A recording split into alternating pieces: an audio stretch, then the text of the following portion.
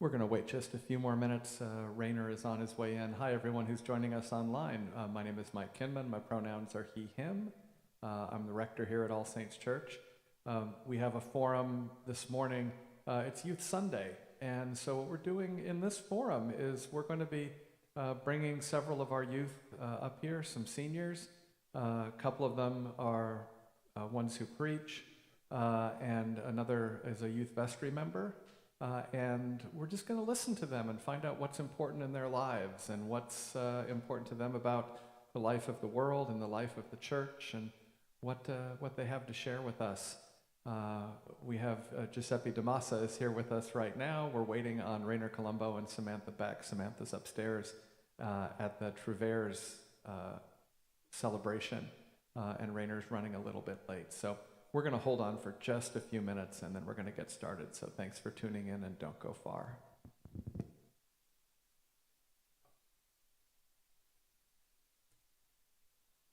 We'll just do like 9:05. Good. And Rainer's a little late, like times of his talk. Just feel like you and me having a conversation. So. Hi. Anything? Giuseppe. What did I say, Giuseppe? Giuseppe? Thank you for letting me know. I appreciate it. All right. Giuseppe. Giuseppe. Okay, thank you. Thank you very much. You know, being named Mike, that's never a problem. But having a son named Schrader is always mispronounced Schroeder. Schroeder, yeah, the kids, the peanut. But in peanuts, it's pronounced Schroeder. But my son is Schrader. It's the same name. He actually just has an E in it. He goes by really the original German pronunciation, where O-E is supposed to be pronounced as a long A. And so, but Americans looked at like Charles Schulz as Schroeder, and you know, like, oh, it's O-E. They pronounced it like O. But in German, it should actually be Schreiter. Okay. So, but it's a family name, so we knew how to pronounce it. Yeah. Aiden was saying that right.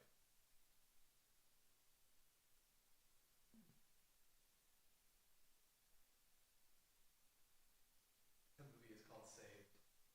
It's a parody of like right-wing Christian church. It's like that's a great DVD they have now. Hello.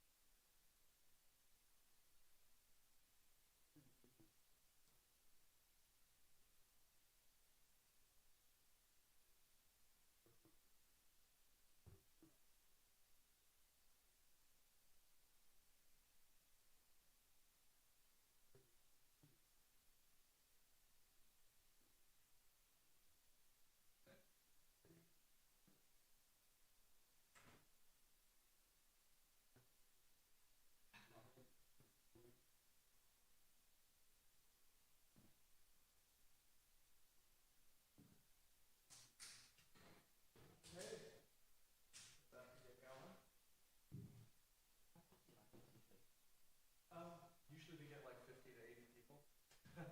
I'm not sure what's going on here. I think it was Trouvers upstairs. So, but we usually get 100, 120 online. So I bet a lot.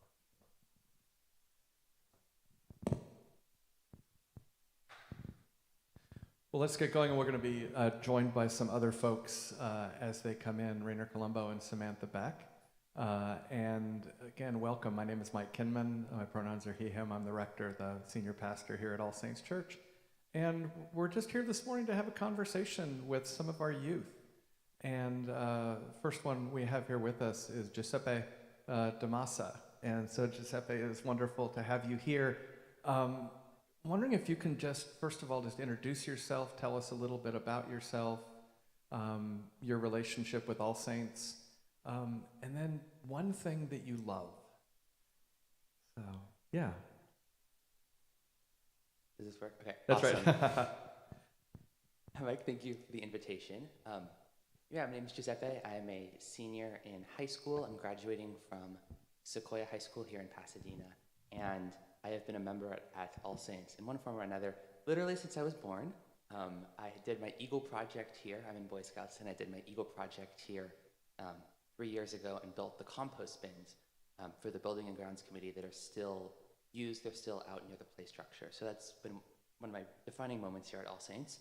And one thing that I love, I have always been very interested in debate and argumentation, not just for the sake of argumentation, but because I think that the idea of conflicting perspectives and specifically the overlap between the two has always been very intriguing, and challenging our ideas and facing challenge and opposition to our claims forces us to become better and more nuanced in our claims.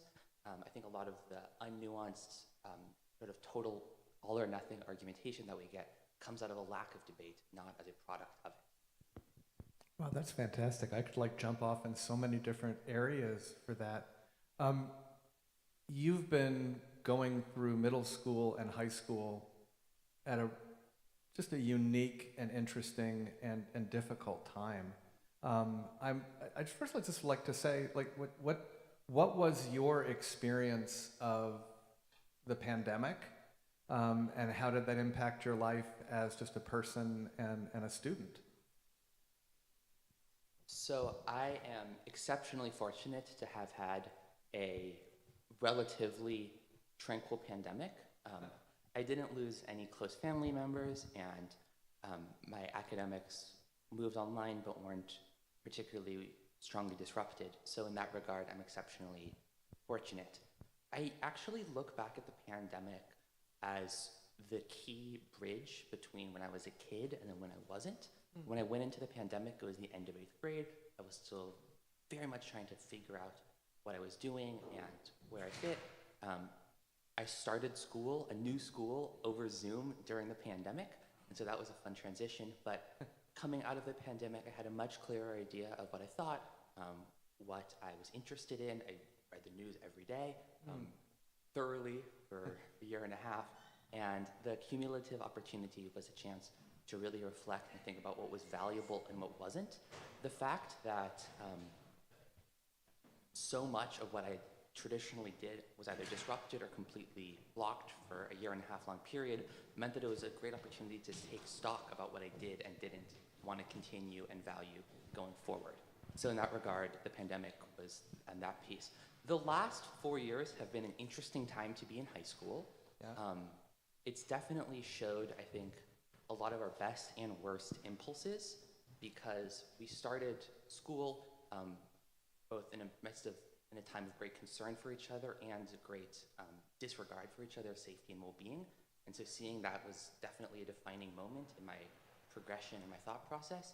And then over the last 3 years, the headlines in the news have been getting progressively more interesting. While that's such a tactful way to put it. While at school, my grade... You can tell he's going to be in political science, so this is good. While at school, my grade never really got over the impact and the disruption of COVID. And so I've seen my peers and my colleagues over a wide progression of maturity. And so seeing that impact and that disruption years later, but in a very up-close, first-hand manner, has really made me cognizant of the choices that we made and we continue to make around the pandemic and around global affairs, and the fact that the impacts don't disappear immediately. They continue and they continue. Where do you see the continuing impact of the pandemic in your life and in the life of your peers? So part of it is that I think the pandemic put a profound amount of strain on a huge variety of systems, including the educational system, and it broke many people's faith in it. I think that the cynicism that people felt about health experts, about the educational system, about politics and government, a lot of that really continues. And I don't think that trust has been anywhere close to built back up. At the same time, the social dynamics, as I was mentioning a second ago, of my grade remain pretty starkly divided. The distinction between people who have known each other their entire lives and the people who came into school during the pandemic remains. And I think it's emblematic of a much larger divide between people who chose to keep going through the pandemic, who chose to make something up, and people who decided to have the same life on both ends of the pandemic. And I think that my school is just a microcosm of a much larger societal trend, and that many people took the pandemic as a profound chance to rethink their lives, and a lot of people also saw the pandemic as a nuisance or a speed bump, and we're still dealing with that. Yeah. So how did your peers deal with that divide and that conflict at your school?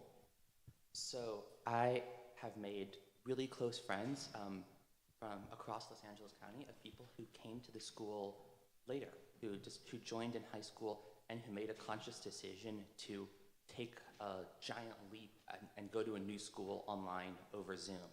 And so some of my closest friends are people who had the similarly terrifying experience of logging onto a Zoom meeting for the first time, knowing nobody there, and just seeing what was going to happen. Well, and and again, this is going back for me into the 1980s. But I remember growing up in like the 70s. Like, to me, high school was like, oh my gosh, it's like I couldn't wait till I was in high school, because it was sort of like, it wasn't quite being an adult, but it was like there was a whole, like, there felt like sort of like a mythology about high school for me. And first of all, was that something that you sort of always looked forward to? But then secondly, like, what was that like to finally reach, okay, it's my first day of my freshman year and I'm going to turn on my computer? What was that like? So I didn't have a ton of mythology about high school, to be completely honest with you. I saw it more as the natural next step in my educational evolution. Yeah. In terms of how I've actually seen high school since then, I feel like I've seen high school play out in three very discrete different blocks. The first was freshman year, which was over Zoom, wild social dynamics. Everybody was trying to meet each other and take care of classes, take care of themselves, take care of family members, all under exceptionally trying circumstances. Sophomore and junior year were probably the closest that we came to having a normal high school experience. Mm-hmm. I went to prom, that was fun. I did not go to any school dances freshman year, do anything, of course, freshman year. I got my driver's license, I did classes, everything was the normal high school experience. And then this year, the college application system is not the best process in the world to navigate. Amen. It can be incredibly stressful, and what made it doubly hard this year was that the FAFSA melted down almost completely. And given that Sequoia prides itself on being a collection of people from across the income spectrum, thanks to the indexed tuition, many of my classmates didn't know where they could go to college, if they could afford college, when they would find out, if they would find out. And so that sort of secondhand stress continued to permeate. That's doubled by the fact that this was the most competitive application process for certain top universities ever. And we knew that going in, and we doubly learned it coming out. And so the real intensity of this year has been notched up a level in our personal lives. Socially, too, this year has been defined by pretty intense global and national political issues that really do find their way down to our school. Speaking specifically of the war in Gaza and the ongoing presidential election, the divisions that manifest themselves nationally don't stop once we get on campus. And so the fact that we're all competing for similar shared resources under stressful conditions, and then the fact that that's doubled by the damage from the pandemic, and the fact that that itself is doubled by the global divisions, all has meant that this year has felt exceptionally intense. And for all intents and purposes, the kind of conventional high school that I had sophomore and junior year really ended at the end of last year. Yeah. So for people who don't know, the FAFSA is the federal financial aid form that you have to fill out. And the system did melt down. I'm a parent who has to fill one of these out for a child. It was just, I can't even imagine, my son already is in school, I just have to keep doing it. I can't imagine the added stress for people who the only way they're going to be able to go to a college is if they get enough financial aid, to have the system melt down while this process is happening. So how has all of this that you have gone through, and you said in some ways COVID was sort of this bridge for you, how has it shaped both how you are in the present, but also what you want to study, what you see yourself becoming, where you want to go in the future? So I've always known that I've been interested in issues of politics and law and government. That really hasn't changed. What has changed for me specifically has been the focus.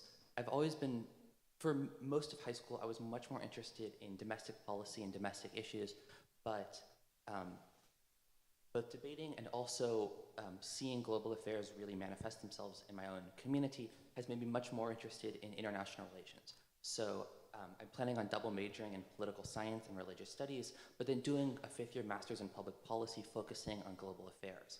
And this comes from a couple of concerns. The biggest one, though, is that the illiberalism that we're seeing globally, which is often compounded by the religious right, is truly a global phenomenon. It's not a United States-centric issue. I follow politics in countries around the world, and people's willingness to tolerate intolerance seems like a fairly universal concern, more than it is a specifically American concern. And the more that I've been looking into this issue and reading about it and studying it, the more it's driven me to want to really get at the heart of it, not just by studying politics as a phenomenon, but also studying why people believe what they believe, and that's where the religious studies component comes in.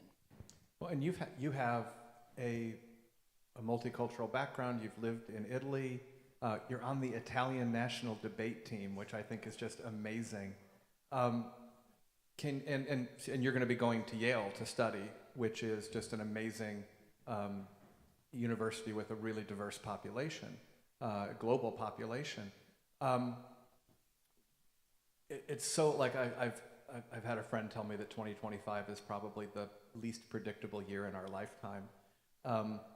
You're going into, you started high school at a time of sort of great instability because of COVID, and you're starting college at a time of great instability. You see college campuses erupting in protest. We have an election cycle. We don't know what's going to happen.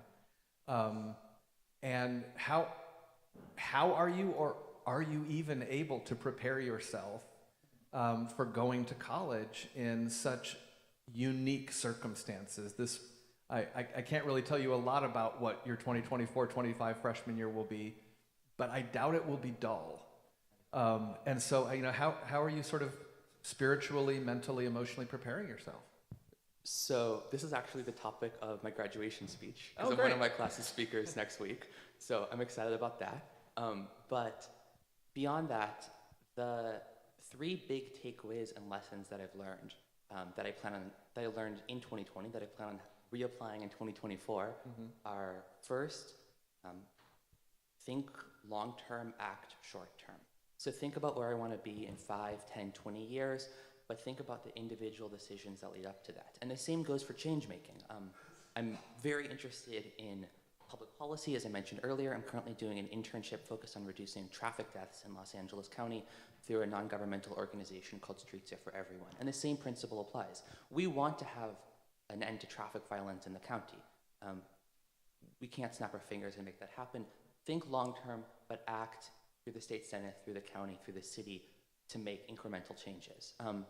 And then the second big piece of advice is that I think that the last couple of years have really reaffirmed the value of a conventional liberal arts education and learning how to think.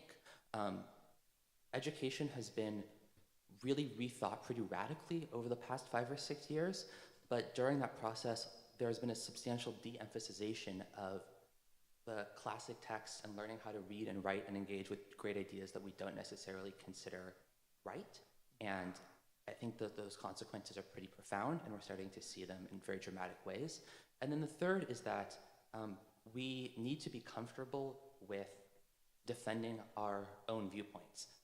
I'm already turning into an old man saying this, but the fact that people can make claims on the internet nowadays and face not just no accountability, but a downright echo chamber, and then the fact that our own educational system is becoming progressively more segregated ideologically is further magnifying this effect. People are able to shout things into an echo chamber and be met with a round of applause when they should be met with if not criticism, then at least critiques of their ideas. And so I would encourage students to actively seek out opportunities to debate their own ideas, to challenge other people, and to think about what is right and what is good, because ideological tightening and the concentration of ideas into simpler and simpler boilerplate slogans, I think is already profoundly damaging, and it continues to become more damaging as the presidential campaign ratchets up, and we see 20-second TV ads filled with slogans. That is not doing good things for our national discourse. It is cheapening it, and it is weakening it. So you said you've been at All Saints your whole life. And so sort of two things about what you just said on the church. And the first is, how many people your age actually go to church or synagogue or are part of a faith community on a regular basis, like sort of that you know? And the second is, what is the possible role of the church in what you just described, in sort of breaking down the silos and the echo chambers, and helping us listen to each other better across those theological and political divides? So to address the first question, I don't think I am the optimal person to answer this. I go to Sequoia. There are 39 people in my class, and the vast majority do not attend church regularly. That's not to say they aren't thinking about these issues. Oh, absolutely. I think the default position, at least at Sequoia, is something like spiritual but not religious, or some variation of Taoism or a similar sort of great force, or belief in a similar sort of great force, but not necessarily weekly synagogue or mosque or church services. Right. As to the second question, as to what the church can do, I think the church is uniquely positioned in a couple of ways. The first is that its own congregation is often incredibly diverse. The second is that churches don't stand in isolation. All Saints in particular has done an incredible job over the last 50, 60 years at building connections to other religious institutions, not just around Los Angeles, but really around the country. And so that ability to foster discourse and discussion, like through the Interfaith Study Group, thank you for bringing that to my attention earlier, really matters. But the last is that the church obviously is forbidden from endorsing particular political candidates, right, but it's more than capable of hosting important conversations and important discussions. And the fact that All Saints is as well respected as it does, and it has a history that it does, means that panels here get audiences. It means that statements that we make, like the one that the church is currently making about health insurance, these ideas and arguments are listened to. And so the church is exceptionally well positioned and suited to work on breaking down barriers, breaking down echo chambers. The hard part obviously lies in the execution. How would you say that All Saints Church has shaped you? That's a good question. It has made me much more nuanced and empathetic to other people's concerns, because obviously this is a diverse community. We were just alluding to that a second ago. But moreover, by its very nature and the fact that it is a faith community dealing with 150,000 word book that has no clear answers, means that there's an infinite different variety of ways that people can and do read scripture. And so I did the confirmation program a year and a half ago. It was a really valuable experience because it made me realize that there's not a particular perfect way to be right on all matters, and that right can and does evolve with changing circumstances. So you described sort of most of your classmates as sort of that spiritual but not religious, and that certainly fits what